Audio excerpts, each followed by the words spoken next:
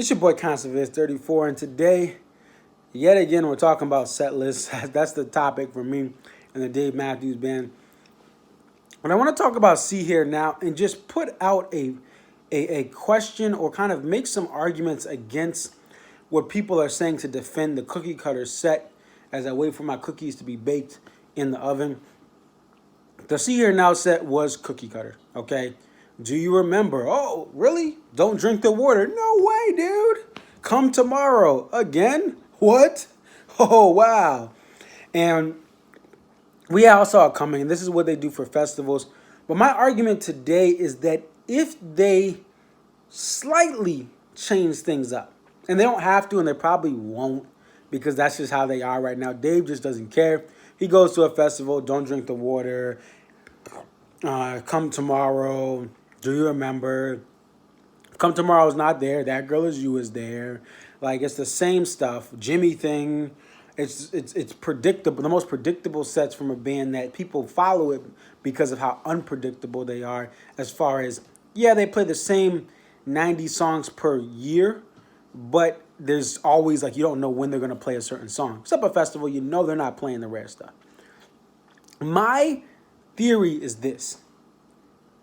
If festivals are about attracting new fans, it's about appeasing to more mainstream audiences, with, by the way, people talking about, oh, yeah, you got to appeal to the festival audience. That festival audience was at least half DMB. And if you were there, you know, maybe you have evidence that proves against that. But they sold out the whole festival of 2 days because of Dave Matthews Band. They were the biggest, hype up of this festival. That's why they put them on the Sunday. Saturday, people are going to show up. To get people to show up on Sunday, they had to have Dave Matthews Band headlining. Allegedly, people working at the festival were concerned about the DMB hype and changed the stage setup. They added some extra feet for space for the fans because they were expecting a full house on Tuesday. See, 2-day festivals, they expect you not to show up both days. There's a certain percentage of fans they expect not to show up both days. But because Saturday is just a popping day, they were worried that Sunday they would have almost like they would have like a maximum occupancy of people coming for that night too, or day two. So they had to make some changes for the fact that DMB was going to bring in a big crowd on Sunday. With all that said, my conjecture, my theory is this. Just because you have fans that are not Dave Matthews Band fans or may not know the band as much does not mean you have to mail it in and play the same predictable songs. I would argue if the logic is, and I know the logic is really Dave just wants to have easy show, predictable stuff. It's easy to do. He doesn't really want to go out of his norm. Dude is in his 50s. He doesn't care. He said he doesn't care about the set list. He doesn't care about people who want better set lists. But my theory is this: to grow the fan base even more, they don't need it to be grown. If they actually played a couple different songs and just had more rarer cuts, these rarer cuts would change people's ideas and perceptions of the Dave Matthews Band who don't like them. Now, you're not going to win over everyone, okay? But I was a critic of why go to this DMB party, okay? 2005-ish, 2006-ish, I start getting Dave Matthews Band on my iPod through friends, through other means of downloading, allegedly, and I get some Dave Matthews Band. I listen here and there. Okay, Leroy, really good. Dude could play sax. Do I really need to see him live? No, it's a bunch of spoiled, entitled frat boys in Hartford, where I grew up, that went to these shows. How good could it be? But what turned me over from being one of those detractors or doubters of how great they were live is the fact that my first show, my friend drags me, hey, we got a cheap lawn deal, like a 4-pack for a discount, and they opened with The Stone. That first song changed my trajectory of what I wanted to do with the rest of my concert touring life, of going to shows. That was one of the most incredible moments I've ever had, is hearing The Stone live. Not on a recording that I got off of LimeWire, allegedly, but from a live recording. A live show that I'm at, I'm feeling the energy. They play Blackjack. This is a song I've never heard in my life from the Dave Matthews. I'm like, what the heck is this? But it was so epic. It built up. Back then they had Boyd, and he's playing his violin. It was so epic. The build up to Blackjack was epic. Even Time Bomb, which people got sick of that back in the day. I can see why, but just hearing Time Bomb, da da da da da da, and Lying in the Hands of God that night, ding ding ding ding ding ding ding, like that was such a soulful song. I know it was really long, but there was something that stuck with me from Lying in the Hands of God and The Stone and Blackjack. That these are songs that weren't played and they're not played at festivals per se. It should be played more. And my conjecture is if they open with The Stone, if they play Say Goodbye on a Sunday, we're saying goodbye to fall, to summer. Fall is, starts on Monday, started today. I think that you would actually be able to turn the tide of DMB doubters. And fans every year are converted. You have people that go with their husbands, their wives, they chasing some attractive woman, or they chasing some attractive man, and they want to be the chick for that man, or whatever you want to be. And they end up liking the band. And I've had exes that I brought to shows that they ended up becoming more into DMB after I brought them. But the thing is, these were shows where we got some special stuff. Dave and Tim at Farm Aid. Not Farm Aid. I went by myself. Dave and Tim and SPAC. I went with my exes. And that was a big, wow, this is an incredible show above and beyond the normal type of thing. And she became a DMB fan. In the store, she would hear DMB. Out and about, she would hear DMB. She even know the song. She would just she could started thinking about DMB and became a fan. My theory is that if you create these environments where you're playing just one or two special rare cuts, adding some more jazz, adding some more soul, not Jimmy thing. Oh, it's funky. Yeah, it's played out. Jimmy thing should be 8 minutes long. Great song. Should be 8 minutes long. Put the Buddy and Tim solo, have a little bit of sax, a little bit of horn, next song. Doesn't need to be 15 to 20 minutes. Okay? We don't need Don't Drink the Water every single festival, which they play every single festival. I get the message, whatever. It's not a good it's not a good song to be played so much.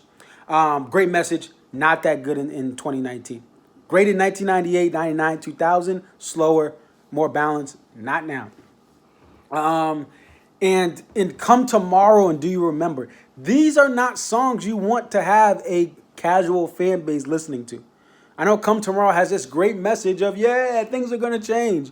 But it's not a good song. It's not written well. It doesn't sound right. It puts me to sleep, which is great because I have trouble sleeping sometimes. And I play Come Tomorrow. All I'm saying is, in theory, if you want to build the fan base, if you're part of a crowd that you want to win over, some of these songs that they're not playing would do that more effectively. And matter of fact, the reason I am the nutcase of DMB fanatic that I am is because my first show I got The Stone, okay, in Blackjack. My second show, it was pretty cool. I was close to the stage. My third show I got Dreaming Tree. My fourth show I got Spoon. I got Drunken Soldiers in that first night too, my third show. Drunken Soldiers, another song. It's not some super duper rare, it hasn't been played in a while. And walk with me because I got to get my cookies. But it came back, and that was honestly, and I heard Warren Haynes, and I've been waiting for Warren Haynes to play with DMB at a show I went to forever. I was at one of the last Allman Brothers Band shows. I love Warren and Derek Trucks. Those are my heroes. So, I was waiting for here. There's my cookies. Look at the cookies and the pizza. Yeah. Boy, Conservative 34 cooking up dope stuff here. But I was waiting for the moments of Warren. But Drunken Soldiers, night one, we didn't even have Warren, Drunken Soldier, singular, my bad. But I was waiting for, all this stuff with Warren, and all of a sudden they played Drunken Soldier. I'm like, I forgot how epic this song is. You know what? They've been working on this song. I've seen the song good, I've seen it bad. They've been putting in work on this song. It sounds amazing. Play Drunken Soldier. You don't have to play some super rare people or whatever.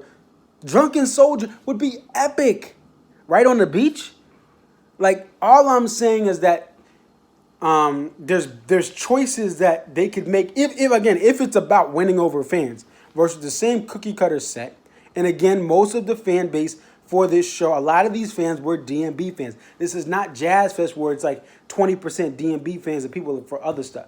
Like this part of the country, Jersey, New York, D.C., and Connecticut and Massachusetts and New York, upstate New York, that's DMB's home area. More than Charlottesville. Like, yeah, they live there and they whatever. The fan base, the biggest concentration of fans is in the Mid Atlantic and Northeast. So that's my case as far as why I think that in theory, if it's about building fans, some of these songs that are not playing in festivals would actually do a better job of that. And the other thing I'll say, and I say this every other video, is other people like again be grateful for the band. You never know when they're not going to play again. Of course, you never know when it's your last time here on earth. You never know when it's your wife's last time. People are married for 30, 40, 50 years and they still have things that tick them off about their spouse. And that's how I feel about DMB. I am grateful every year they tour. I still go to shows even though I know I'm going to hear Come Tomorrow and there's going to be a 45-minute Jimmy thing every Hartford show. But I still go because I love the band, but it ticks me off. And if this is a festival, why do we need a 45-minute Jimmy thing? You only got so much time. So I still will say this, be grateful for the band. I'm grateful the band's touring, and there's things I love about this band.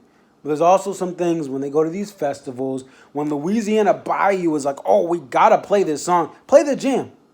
We don't need the beginning of the song. I don't care about the story. I mean, I do care about, the story itself in narrator form is good. In a song form, I don't care. Play the jam. Just open up with the jam. Play the jam of Bayou and move on to the next song.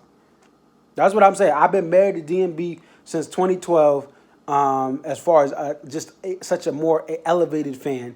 And I love this band, and I'm grateful they're still touring. I'm grateful Carter is in his 60s and he's still playing for us.